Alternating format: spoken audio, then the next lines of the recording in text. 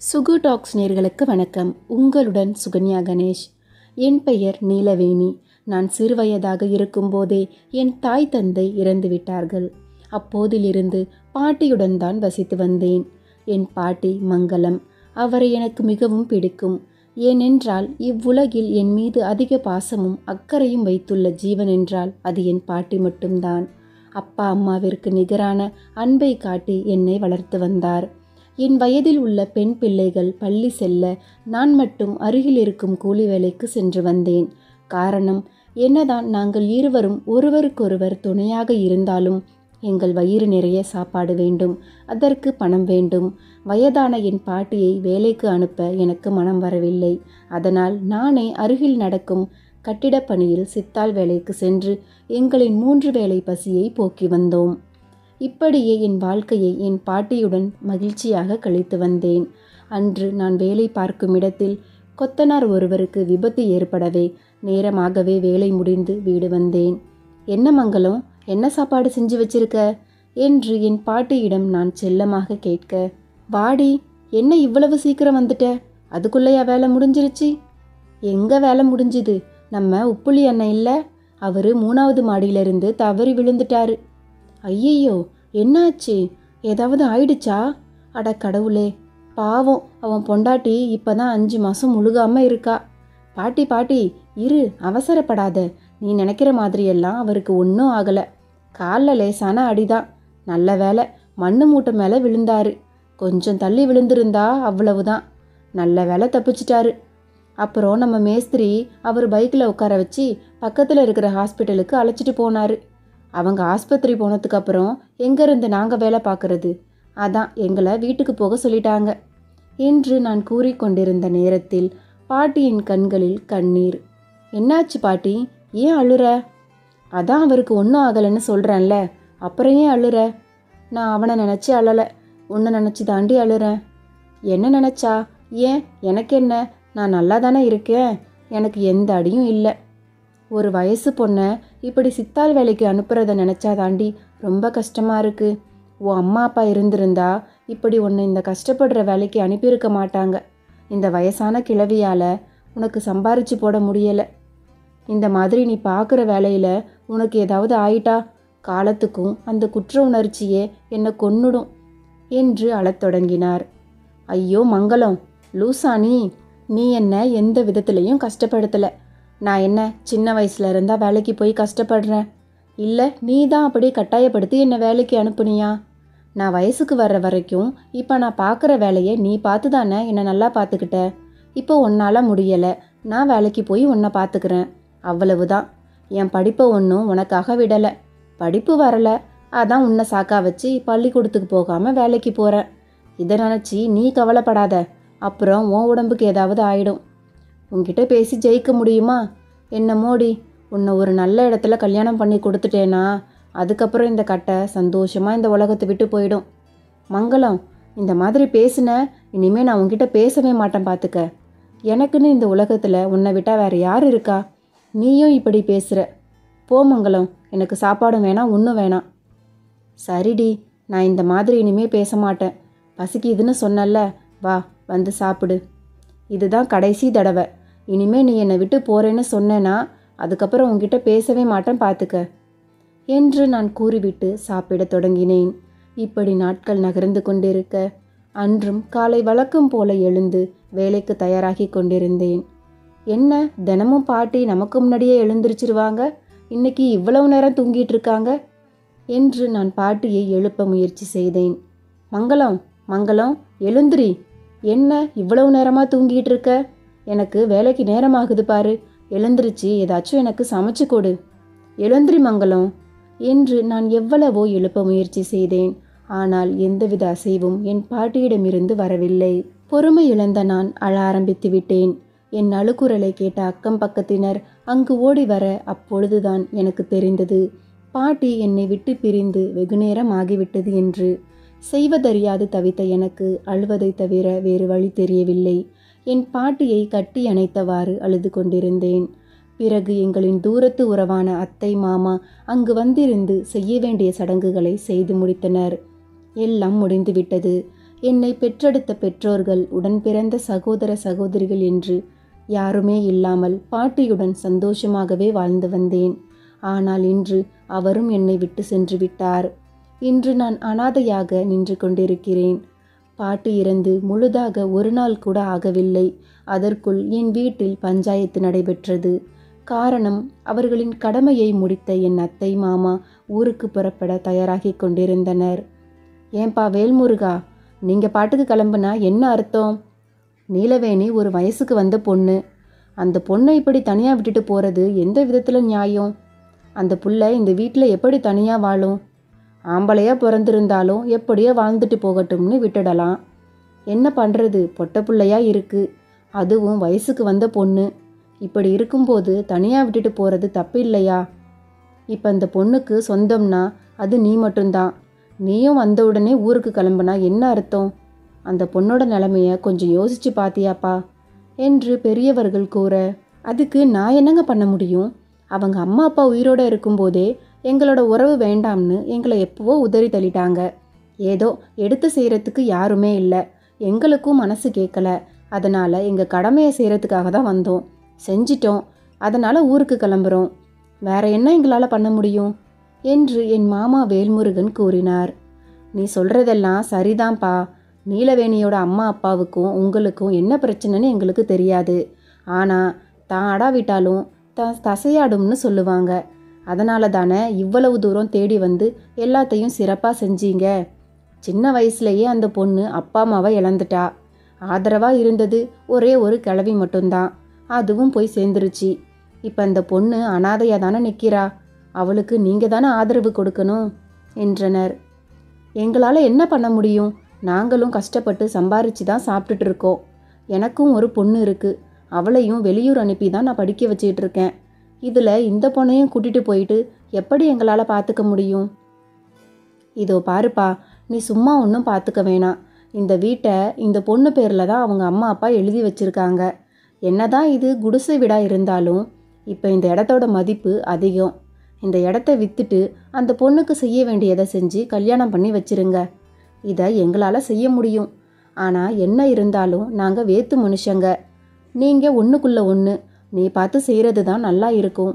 அதனால தான் இவ்வளவு தூரம் சொல்லிக்கிட்டு இருக்கோம் என்று பெரியவர்கள் கூற, அவ்வளவு நேரம் அமைதியாக இருந்த என் அத்தை மாமா வேல்முருகனை அழைத்து தனியாக சென்று பேசினார். சிறிது நேரத்திற்கு பிறகு வந்தவர்கள், சரிங்க பெரியவங்க, நீங்கள் இவ்வளவு தூரம் சொல்கிறீங்க. பாவம் அந்த பொண்ணுக்கும் யாரும் இல்லை. என்ன பண்ணுறது? நாங்களும் சொந்தக்காரங்களாக போயிட்டோம். நாங்களும் கைவிரிச்சிட்டா அந்த பொண்ணு வேற எங்கே போகும்? நீலவேணியை நாங்களே எங்கள் கூட கூட்டிகிட்டு போகிறோம். அவளுக்கு ஒரு நல்ல பையனாக பார்த்து கல்யாணமும் பண்ணி வைக்கிறோம் என்று என் அத்தை கூற, ரொம்ப சந்தோஷம்மா. காரியத்தை சீக்கிரமாக வச்சிருவோம். காரியம் முடிஞ்சதும் நீங்கள் கையோட அந்த பொண்ணை உங்கள் வீட்டுக்கு கூட்டிகிட்டு போயிடுங்க என்று பெரியவர்கள் பேசி முடித்தனர். பாட்டியின் காரியம் முடிய அவர்கள் கூறியவாறு என்னை அவர்களின் வீட்டிற்கு அழைத்து வந்தனர். மாமாவின் வீட்டிற்கு செல்ல எனக்கு பிடிக்கவில்லை. காரணம், நான் எப்பொழுதெல்லாம் சொந்தங்களை பற்றி கேட்கிறேனோ அப்பொழுதெல்லாம் சொந்த பந்தங்கள் எல்லாரும் நம்மக்கிட்ட காசு இருந்தால் தான் வருவாங்க. இப்போ நம்மக்கிட்ட காசு பணம் இல்லை. அதனால் நம்மளை மதிக்க மாட்டாங்க. ஒரு காலத்தில் உன் அம்மாவும் அப்பாவும் உயிரோடு இருந்தப்ப எல்லா சொந்த பந்தமும் நம்மளை தேடி வந்துச்சு. இப்போ உங்கள் அம்மா அப்பாவும் உயிரோடு இல்லை, காசு பணமும் நம்மக்கிட்ட இல்லை. எதுக்காக நம்மளை வந்து பார்க்கணும்? அப்படி பார்த்தா நம்மளால் அவங்களுக்கு ஏதாவது செலவு வந்துட்டா அதனால தான் யாரும் நம்மளை தேடி வரமாட்டாங்க. இவ்வாறு பாட்டி என்னிடம் பலமுறை கூறியுள்ளது ஞாபகத்திற்கு வந்தது. அதனால் நானும் சொந்த பந்தங்களை பற்றிய தவறான புரிதல் எண்ணத்திலேயே இருந்து கொண்டிருந்தேன்.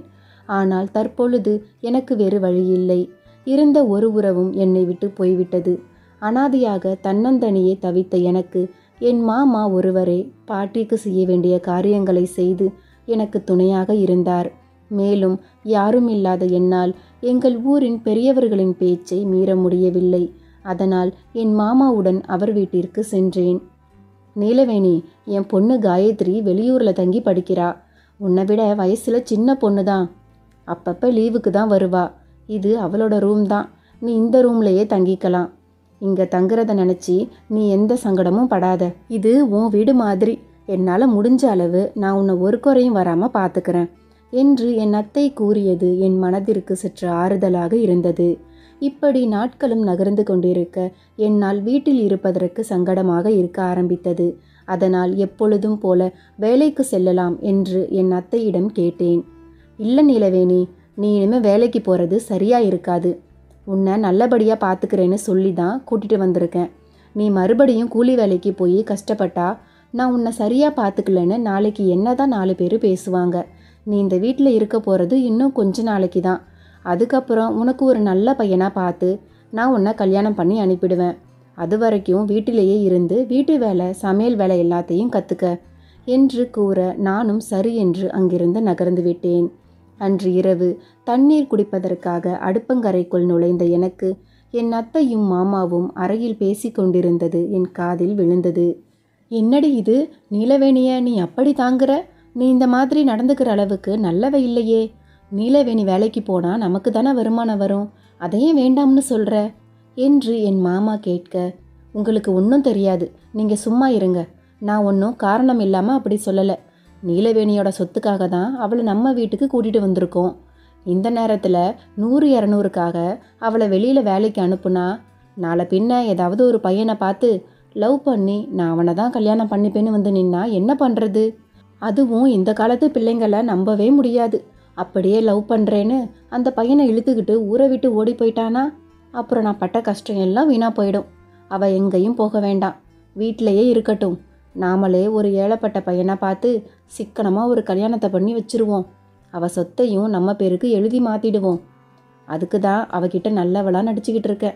இவ்வாறு அவர்கள் பேசி கொண்டிருந்ததை கேட்ட எனக்கு தலையில் இடி விழுந்தது போல இருந்தது. அவர்கள் என் பேரில் உள்ள அந்த சொத்துக்காக வேஷம் போட்டு கொண்டிருக்கிறார்கள் என்பதை நான் போக போகத்தான் தெரிந்து கொண்டேன். அந்த நொடியிலிருந்து அங்கு இருப்பதற்கே எனக்கு பிடிக்காமல் போனது. பிறகு அறைக்கு சென்ற எனக்கு தூக்கம் வரவில்லை. வெகு நேரமாக யோசித்து கொண்டிருந்த நான் இறுதியாக ஒரு முடிவை எடுத்தேன். இனி இந்த வீட்டில் நாம் இருக்கக்கூடாது. மீறி இருந்தால் சொத்திற்காக என்னை என்ன வேணுமானாலும் அவர்கள் பண்ணக்கூடும் என்று நடு இரவு என்று கூட பார்க்காமல் வீட்டை விட்டு வெளியேறினேன். வீட்டை விட்டு வெளியேறிய எனக்கு எங்கு செல்வது என்று தெரியவில்லை. அருகிலிருந்த ரயில் நிலையத்திற்கு சென்று வரும் ஏதோ ஒரு ரயிலில் ஏறி பதட்டத்துடன் அமர்ந்தேன். நான் ஏறிய சிறிது நேரத்திற்கு பிறகு பயணச்சீட்டை சரிபார்ப்பவர் எல்லோரிடமும் சரிபார்த்து கொண்டிருந்தார். எனக்கு என்ன செய்வது என்றே தெரியவில்லை. பயத்தில் நடுங்கிக் கொண்டிருந்த என்னிடம் என் அருகில் இருந்த ஒரு பெண்மணி பேசினார். என்னம்மா ஆச்சு, ஏன் ஒரு மாதிரி இருக்க?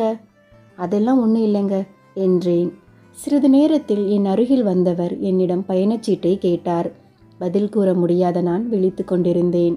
பயணச்சீட்டு இல்லை என்றால் அபராத தொகையை கட்ட வேண்டும் என்று என்னிடம் கூறினார்.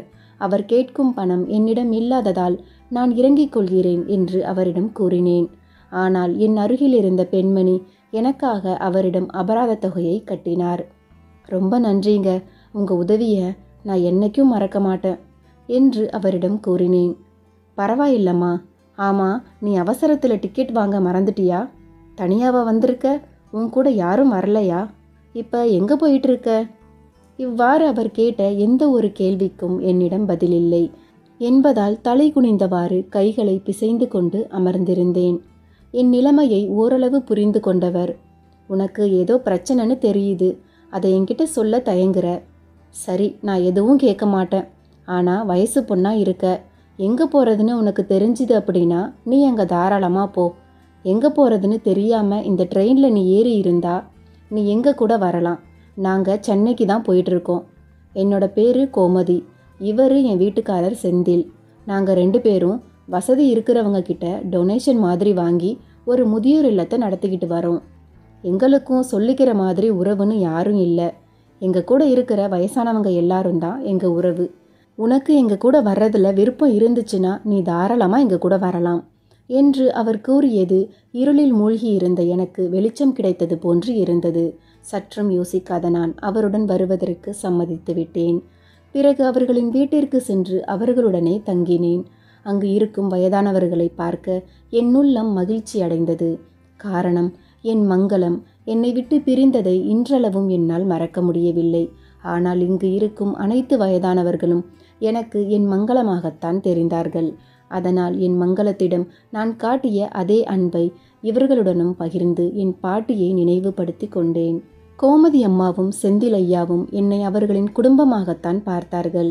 வீட்டு வேலை செய்வது, அவர்களுக்கு சமைத்து கொடுப்பது, அங்குள்ள வயதானவர்களுக்கு தேவையான உதவிகளை செய்வது என மகிழ்ச்சியாக எனது காலத்தை கடத்தி கொண்டிருந்தேன்.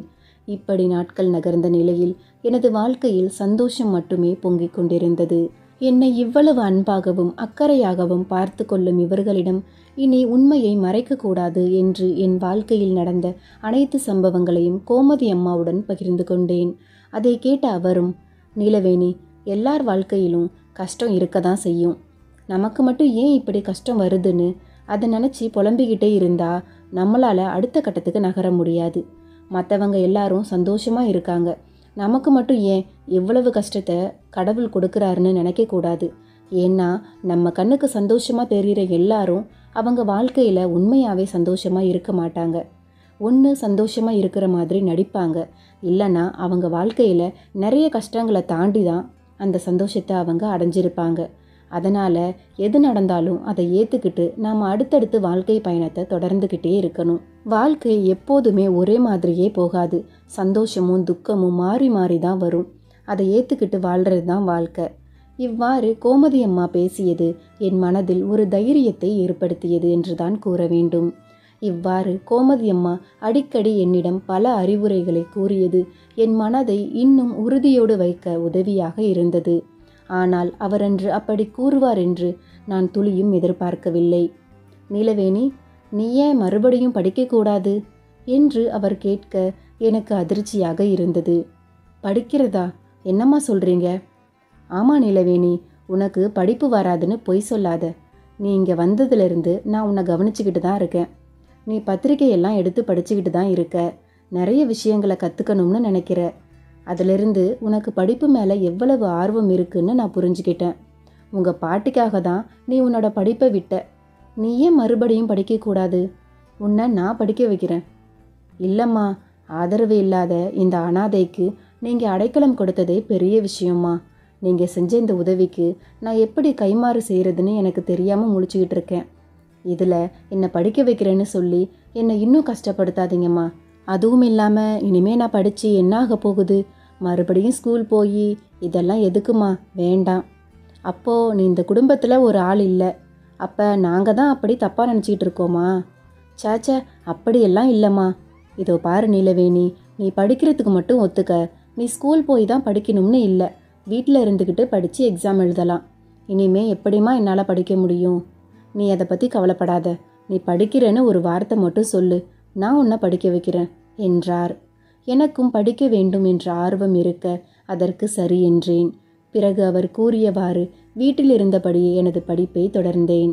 அன்று தீபாவளி பண்டிகை. தேவையான பணம் எங்களிடம் இல்லை என்றாலும் வசதிக்கேற்ப புது துணியை என் பாட்டிற்கு என் கையால் வாங்கி கொடுத்து நானும் உடுத்திக்கொண்டு அவருடன் சேர்ந்து அந்த பண்டிகையை சந்தோஷமாக கொண்டாடினேன். அந்த ஞாபகங்கள் என்னுள் வந்து என்னை காயப்படுத்தி கொண்டிருந்தன. அப்பொழுது என்னிடம் வந்த செந்திலையா என் கையில் ஒரு புடவையை கொடுத்து அதை உடுத்தி கொள்ளுமாறு கூறினார். அதை பிரித்து பார்த்த எனக்கு எல்லையில்லாத மகிழ்ச்சி. ஐயா, என்ன இது? எனக்கு எதுக்கு பட்டு புடவையெல்லாம் வாங்கி கொடுத்துருக்கீங்க? நான் இதெல்லாம் தூரத்தில் இருந்து பார்த்ததோட சரி, இதை தொட்டு கூட பார்த்ததில்ல. எனக்கு பட்டுப்புடவை கட்டிக்கிற அளவுக்கு தகுதியும் இல்லை. யார் சொன்னா உனக்கு பட்டுப்புடவை கட்டிக்கிறதுக்கு தகுதி இல்லைன்னு? பட்டுப்புடவை உன்கிட்ட என்னை கட்டிக்க உனக்கு தகுதி இல்லைன்னு சொன்னிச்சா? காசு இருந்தால் யார் வேணும்னாலும் எதை வேணும்னாலும் வாங்கலாம். கோமதிக்கு பட்டுப்புடவை ரொம்ப பிடிக்கும். அதனால் எப்போதும் அவளுக்கு பட்டுப்புடவை தான் வாங்கி தருவேன். முதல் தடவை நீயும் எங்கள் கூட தீபாவளி பண்டிகையை கொண்டாட போகிற. நீ மட்டும் சாதாரண புடவையில் இருந்தால் நல்லாவா இருக்கும்? அதனால தான் உனக்கும் சேர்த்து பட்டுப்புடவை வாங்கினேன். நீயும் இந்த குடும்பத்தில் ஒருத்தி தான். சொல்லப்போனால் எனக்கு தங்கச்சி இல்லாத குறைய நீ தீர்த்து வச்சிட்ட. எங்கள் 2 பேருக்கும் சொந்தம்னு சொல்லிக்க யாரும் இல்லை. இப்போது நீ இங்கே வந்தது எனக்கும் ஒரு தங்கச்சி கிடைச்சாச்சு, கோமதிக்கும் ஒரு நாத்தனார் கிடைச்சாச்சு. இவ்வாறு அவர் சிரித்து பேசிவிட்டு அங்கிருந்து நகர, கடவுளே, இவர்களின் மீது வைத்திருக்கும் பாசம் என்றென்றும் குறையக்கூடாது. அதற்கு அவர்கள் மனம் கோணும்படி நான் எந்த விதத்திலும் நடக்கக்கூடாது என்று அந்த கடவுளிடம் கண்ணீருடன் மன்றாடி கேட்டுக்கொண்டேன். எனினும் அந்த பட்டுப்புடவையை உடுத்த என் மனம் கேட்கவில்லை. அதனால் தீபாவளி என்று சாதாரண புடவையை கட்டினேன். என்ன நிலவேணி, பட்டுப்புடவை கட்டாம இந்த புடவையை கட்டியிருக்க என்ற கோமதி அம்மாவிடம், பட்டுப்புடவையெல்லாம் முன்ன பின்ன கட்டி பழக்கம் இல்லை. அதுவும் இல்லாமல் உங்கள் அளவுக்கு நான் தகுதியானவளும் இல்லை. நீங்கள் இந்த பட்டுப்புடவையில் பார்க்குறதுக்கு அப்படியே அந்த அம்மன் மாதிரி இருக்கீங்க. ஆனால் நான் அந்த பட்டுப்புடவை கட்டுறதுக்கு தகுதியானவை இல்லைம்மா. எனக்கு இந்த புடவையே போதும். அதுவும் இல்லாமல் உங்களுக்கு சரிசமமாக அந்த புடவையை கட்டுறதுல எனக்கு சுத்தமாக விருப்பம் இல்லை என்றேன். என்ன நிலவேணி, இப்படியெல்லாம் பேசி எங்களை ஏன் கஷ்டப்படுத்துகிற? பட்டுப்புடவை கட்டுறதுக்கு தகுதி தேவையில்லை. ஒரு பொண்ணாக இருந்தால் போதும். இன்னைக்கு தீபாவளி. உன்னை எங்களில் ஒருத்தியாக தான் நாங்கள் நினைக்கிறோம். உனக்கும் அப்படி தோணுச்சுன்னா போய் உடனே அந்த பட்டுப்புடவையை கட்டிக்கிட்டு வா. அப்படி இல்லை, உனக்கும் இந்த குடும்பத்துக்கும் சம்மந்தம் இல்லைன்னா நீ இந்த சாதாரண புடவையிலேயே இரு என்று கோமதி அம்மா கூறியது எனக்கு வேதனையை அளிக்க, அம்மா எனக்கு புடவை கட்டி விடுறீங்களா என்று புன்னகையுடன் கூறினேன். பிறகு சிரித்த முகத்துடன் அவரும் எனக்கு அந்த பட்டுப்புடவையை கட்டிவிட்டார். அந்த புடவையை உடுத்தி கொண்டு அவர்களுடன் சேர்ந்து தீபாவளி பண்டிகையை சிறப்பாக கொண்டாடினேன். இப்படி அந்த வீட்டில் எனது சந்தோஷத்திற்கு எல்லை இல்லை என்றுதான் கூற வேண்டும். இப்படி இருக்க ஒரு நாள் அங்கு இருக்கும் முதியவரில் ஒருவர் என்னிடம் கோமதி அம்மாவை பற்றி கூறினார். கோமதியும் செந்திலும் எங்களை பெத்த அம்மா அப்பா மாதிரி அவ்வளவு நல்லா பார்த்துக்கிறாங்க. ஆனால் கடவுள் நல்லவங்களுக்கு தான் சோதனை கொடுக்குறாரு. நல்லவங்களை தான் கஷ்டப்படுத்தி பார்த்து சந்தோஷப்படுறாரு. அவங்க 2 பேருக்கும் ஒரு வாரிசு கொடுக்காம ஏன் இப்படி கஷ்டப்படுத்துறாருன்னு தெரியலை. பாவம், 2 பேருமே அனாதை. ஒருத்தருக்கு ஒருத்தர் துணையாக இருக்கணும்னு தான் விரும்பி கல்யாணம் பண்ணாங்க. ஆனால் கடைசி வரைக்கும் அவங்க அனாதையாகவே இருக்கணும்னு அவங்க தலையில் அந்த ஆண்டவன் எழுதி வச்சிட்டான் போல என்று அவர் கண்களில் வழிந்த நீரை துடைத்து கொண்டே கூற, எனக்கு மேற்கொண்டு அவரிடம் என்ன கேட்பது என்று தெரியவில்லை. அதற்கான வயதும் எனக்கு இல்லை. இருப்பினும், என்ன பாட்டி, என்ன ஆச்சு? ஏன் அவங்களுக்கு இன்னும் குழந்தை பிறக்கல என்றேன். எனக்கு சரியாக தெரியலம்மா. ஆனால் கோமதியால் குழந்தை பெற்றுக்க முடியாதுன்னு டாக்டர் சொல்லிட்டாங்களாம். கோமதிக்கும் ஒரு குழந்தைய தான் வயிற்றில் பெற்று எடுக்கணும்னு ஆசை.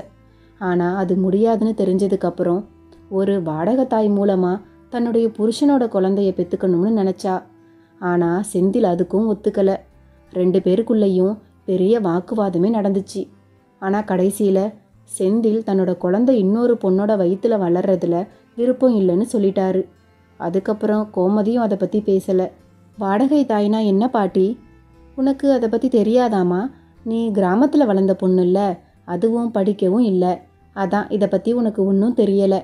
நீ வயசு பொண்ணு. இதை தெரிஞ்சுக்கிட்டு என்ன பண்ண போற? வேண்டாம், விட்டுட்டு வேலையை போய் பாரு. கடவுள் என்ன எழுதி வச்சிருக்காரோ அதுபடி தான் நடக்கும் என்று அந்த முதியவர் கூறிவிட்டு நகர, அப்போதிலிருந்து அதை பற்றி தெரிந்து கொள்ள வேண்டும் என்ற ஆர்வம் எனக்குள் அதிகமானது.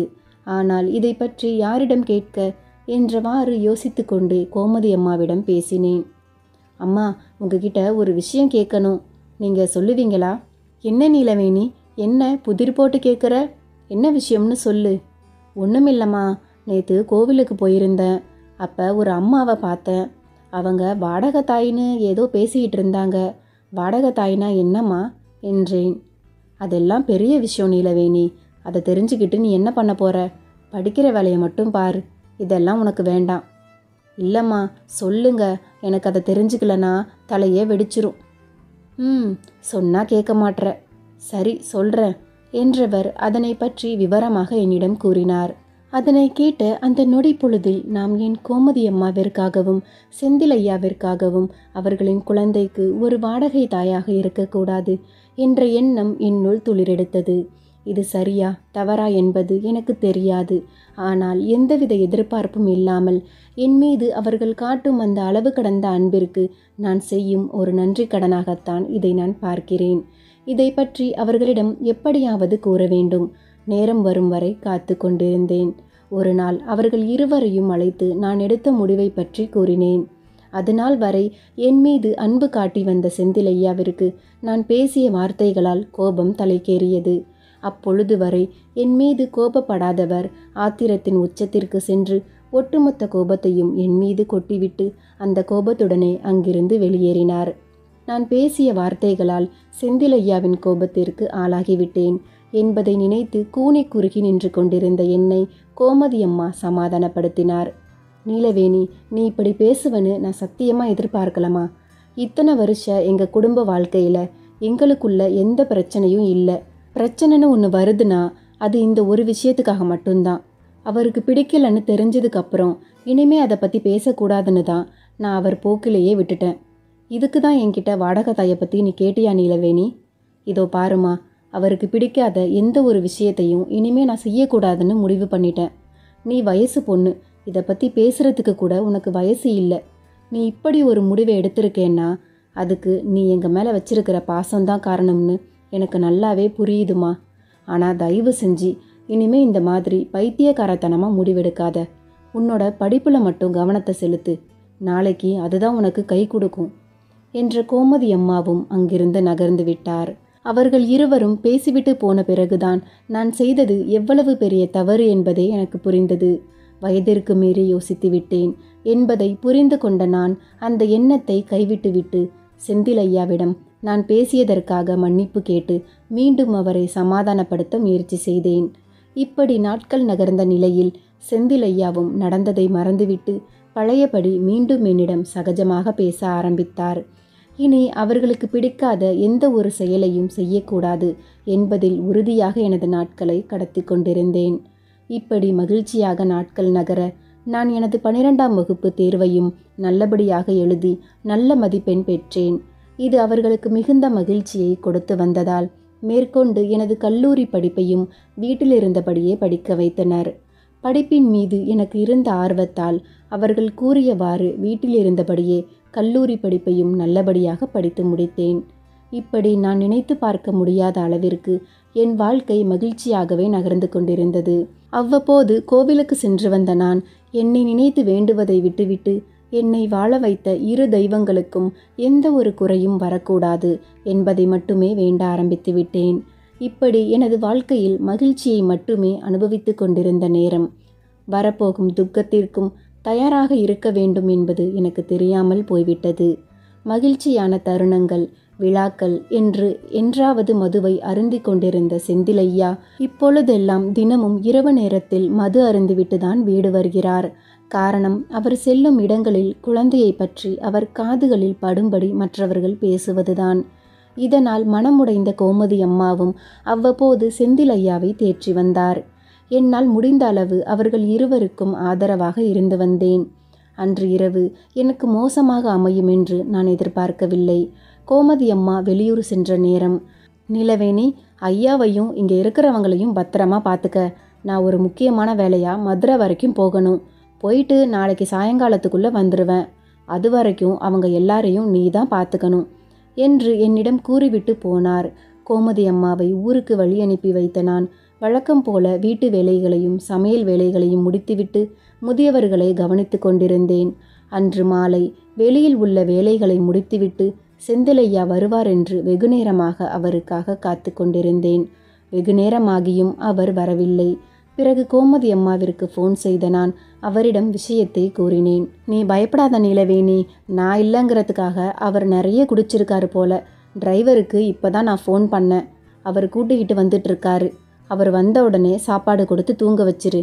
நான் நாளைக்கு வந்து அவர்கிட்ட பேசுகிறேன் என்றவாறு கூற அதன்படியே டிரைவர் அதிக மது போதையில் இருந்த செந்திலையாவை கைத்தாங்களாக உள்ளே அழைத்து வந்தவர் அவரை சோபாவில் அமர வைத்துவிட்டு சென்று விட்டார். அவருக்கு சாப்பாடு கொடுக்க எவ்வளவோ முயற்சி செய்தேன். ஆனால் அவர் சாப்பிடும் நிலைமையில் இல்லை என்பதை புரிந்து கொண்டு அவரை சோபாவிலிருந்து கைத்தாங்களாக அவரது அறைக்கு அழைத்து சென்றேன். அந்த நிலைமையிலும் அவர் உதட்டில் கோமதி கோமதி என்ற வார்த்தைகள் மட்டுமே வந்து கொண்டிருந்தன. அதிலிருந்து அவர் அம்மாவின் மீது எவ்வளவு அன்பை வைத்துள்ளார் என்பதை நான் புரிந்து கொண்டேன். அவரை அழைத்து சென்ற நான் அவரை மெல்ல படுக்க வைத்தேன். ஆனால் சற்று நிலை தடுமாறிய நான் அவர் அருகில் விழ என்னை கோமதி என்று அழைத்தவர் என்னை கட்டியணைத்தார். அவர் பிடியிலிருந்து தப்பிக்க நான் எவ்வளவோ முயற்சி செய்தேன். ஆனால் மது போதையில் இருந்த அவரை என்னால் கட்டுப்படுத்த முடியவில்லை. எனது போராட்டத்தில் நான் தோற்றுவிட்டேன். எல்லாம் முடிந்துவிட்டது. கதறி கதறி அழுத என்னை தேற்ற அங்கு யாரும் இல்லை. இருள் விலகி வெளிச்சம் வர என் வாழ்க்கையில் மட்டும் இருள் சூழ்ந்து கொண்டு நகராதது போல இருந்தது. இதற்கு யார் காரணம்? செந்திலையாவின் மீது பழி போட எனக்கு மனம் வரவில்லை. காரணம், அவரின் எண்ணம் அதுவல்ல. என்பது எனக்கு நன்றாகவே தெரியும். இத்தனை வருடங்கள் என்னை சகோதரியைப் போல பார்த்து என்னை படிக்க வைத்தவர் இன்று மது போதையால் என்னை அவரது மனைவி என்று நினைத்து தவறு செய்துவிட்டார். இதை கோமதி அம்மாவிடமும் என்னால் சொல்ல இயலாது. ஏனென்றால் இதை எந்த ஒரு மனைவியாலும் தாங்கிக் கொள்ள முடியாது என்பதால் அமைதியாகவே அறையை விட்டு வெளியேறினேன். சிறிது நேரத்திற்கு பிறகு எதுவும் நடக்காதது போல எனது வேலையை தொடர்ந்தேன். அங்கு வந்த செந்திலையா, நீலவேணி, என்னை மன்னிச்சிருமா, நைட்டு கொஞ்சம் அதிகமாகவே குடிச்சிட்டேன், அதனால தான் நிதானம் இல்லாமல் உன்னை ரொம்ப கஷ்டப்படுத்தி இருப்பேன். அப்படியெல்லாம் ஒன்றும் இல்லைங்க ஐயா. நீ பொய் சொல்லாத நீலவேணி. சாதாரணமாக நான் குடித்தாலே எனக்கு எதுவுமே ஞாபகம் இருக்காது. அதுவும் இல்லாமல் நேற்று நிற்க கூட முடியாமல் ஓவராக குடிச்சிட்டேன். கண்டிப்பாக நான் உன்னை ரொம்ப கஷ்டப்படுத்தி இருப்பேன். ச்சே, என் மேலே தான் தப்பு. கோமதி இல்லாத நேரத்தில் நான் அப்படி அதிகமாக குடிச்சிருக்கக்கூடாது. இனிமே அது மாதிரி நான் குடிக்க மாட்டேம்மா என்று கூறிவிட்டு அவர் நகர, அப்பொழுதுதான் நடந்தது எதுவும் அவருக்கு ஞாபகம் இல்லை என்பதை தெரிந்து கொண்டேன்.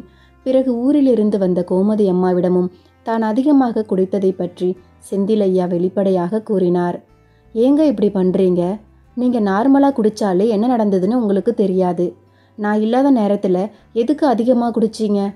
பாவம், உங்களால் நீலவேணி ரொம்ப கஷ்டப்பட்டிருப்பா. சாரிம்மா, இனிமே எப்போவும் அந்த மாதிரி அதிகமாக குடிக்க மாட்டேன். அப்போவும் இனிமே குடிக்க மாட்டேன்னு சொல்ல மாட்டீங்க, அதிகமாக குடிக்க மாட்டேன்னு தான் சொல்கிறீங்க, அப்படித்தானே? இல்லைங்க, இனிமே நான் பொறுமையாக இருக்க போகிறதில்ல. என் தலைமையில் அடித்து சத்தியம் பண்ணுங்க, இனிமே நீங்கள் குடிக்க மாட்டேன்னு. நீங்கள் அப்படி சத்தியம் பண்ணலைனா இனிமே எந்த ஜென்மத்திலையும் நான் உங்ககிட்ட பேசுகிறதா இல்லை. நானும் எத்தனையோ தடவை சொல்லிட்டேன், குடியை விட்டுடுங்க, எதா இருந்தாலும் பார்த்துக்கலாம் அப்படின்னு.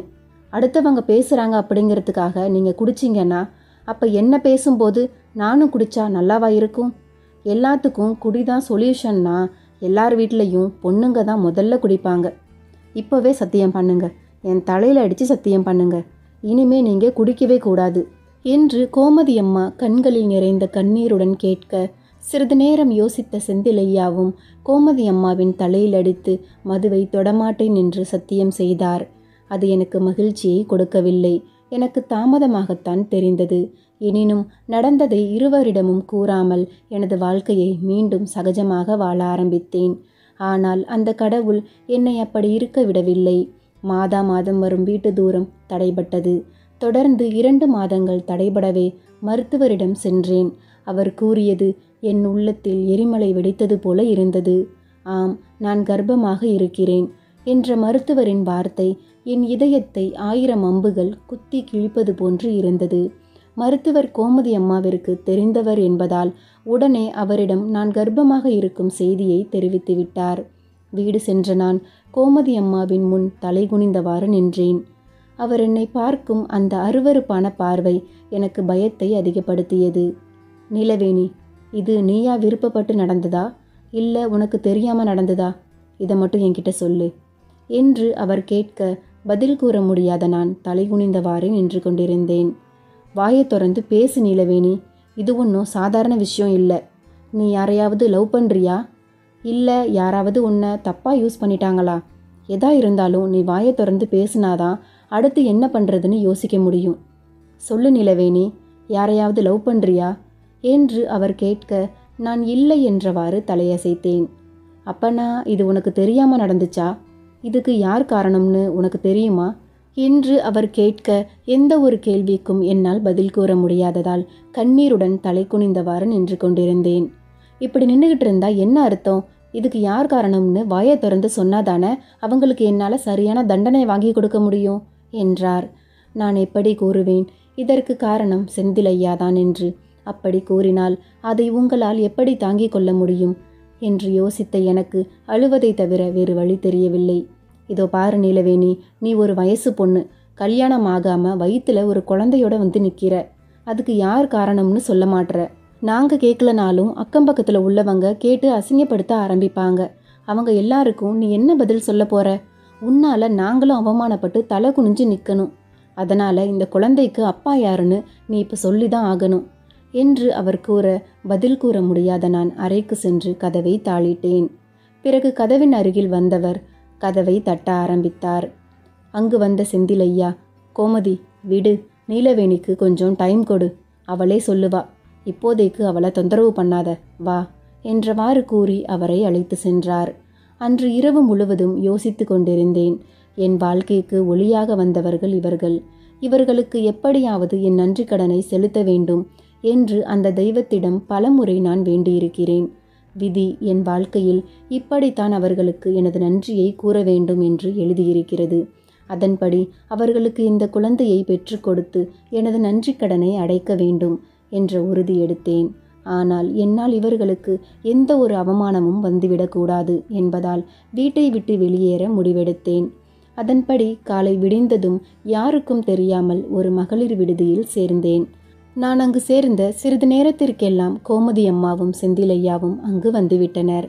நான் எவ்வளவு கேட்டாலும் நீ பதில் சொல்லாதப்பவே நினச்சேன் நீ இந்த மாதிரி ஏதாவது ஒரு முடிவெடுப்பேன்னு. நான் உன்னை வீட்டுக்கு வான்னு கூப்பிட மாட்டேன். ஏன்னா நீ ஒன்றும் சின்ன பொண்ணு இல்லை, நீ படித்தவ, புத்திசாலி. நீ இப்போ பண்ணிகிட்டு இருக்கிற விஷயம் சரியா தப்பான்னு உனக்கே நல்லா தெரியும். அப்படி தெரிஞ்சும் பண்ணுறேன்னா ஏதோ ஒரு பெரிய காரணம் இருக்குது. அதை ஏன் என்கிட்ட சொல்ல மாட்டேங்கிறது தான் எனக்கு தெரியலை என்று கோமதி அம்மா கூற, நீலவேணி என்னம்மா இது, ஏன் இப்படி பிடிவாதமாக இருக்க? நீ பண்ணுறது கொஞ்சம் கூட சரியில்லை.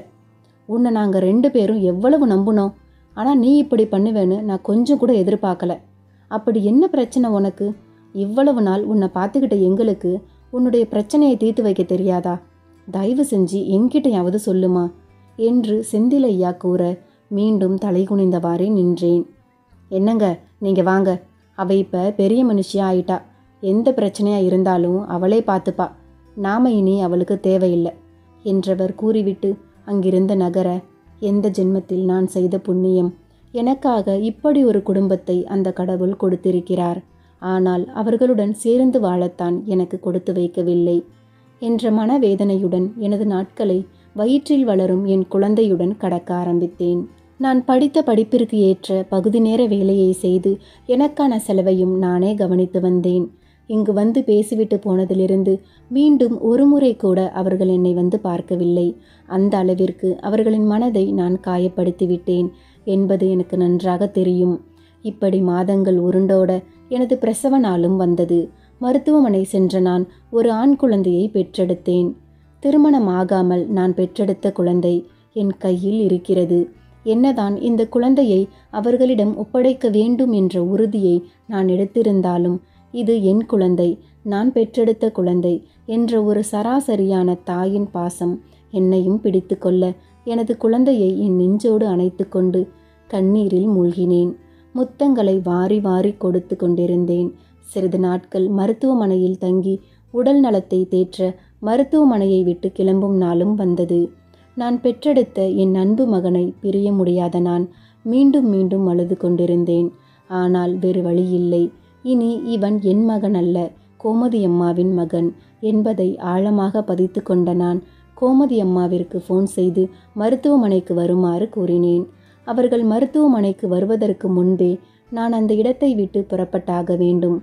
எங்கு செல்ல வேண்டும், அடுத்து என்ன செய்ய வேண்டும் என்பதை ஏற்கனவே நான் முடிவு செய்துவிட்டேன். அதன்படி கடைசியாக அவர்களிடம் நான் என்ன கூற வேண்டுமோ அதை ஒரு கடிதத்தில் எழுதி அதனுடன் நான் பெற்றெடுத்த இந்த குழந்தைக்கு அப்பா செந்திலையாதான், ஆனால் இது அவருக்கும் தெரியாது என்று நடந்ததை விவரமாக எழுதி அதை குழந்தையின் அருகில் வைத்துவிட்டு அங்கிருந்து சென்று விட்டேன். நான் பெற்றெடுத்த என் குழந்தையை பிரிந்து செல்கிறேன். ஆனால் அவர்களுக்கு ஒரு புது உறவு கிடைத்துவிட்டது. கோமதி அம்மா நிச்சயம் செந்திலையாவை மன்னித்து அந்த குழந்தையை ஏற்றுக்கொள்வார் என்பது எனக்கு தெரியும். ஏனென்றால் கோமதி அம்மாவை போன்ற நல்ல உள்ளம் படைத்தவர்களை நான் என் வாழ்க்கையில் பார்த்ததே இல்லை. எனது நன்றி கடனை நான் அடைத்து விட்டேன். அந்த ஒரு மன நிறைவுடன் கோமதி அம்மா இவ்வளவு நாட்கள் எனக்கு கொடுத்த தைரியத்தை என்னுடன் எடுத்துக்கொண்டு புதிய எதிர்கால வாழ்க்கையை நோக்கி எனது பயணத்தை தொடர்கிறேன். இந்த கதை எப்படி இருந்துச்சுன்னு கமெண்ட் பண்ணுங்கள். அடுத்து ஒரு நல்ல கதையில் பார்க்கலாம். தேங்க்யூ.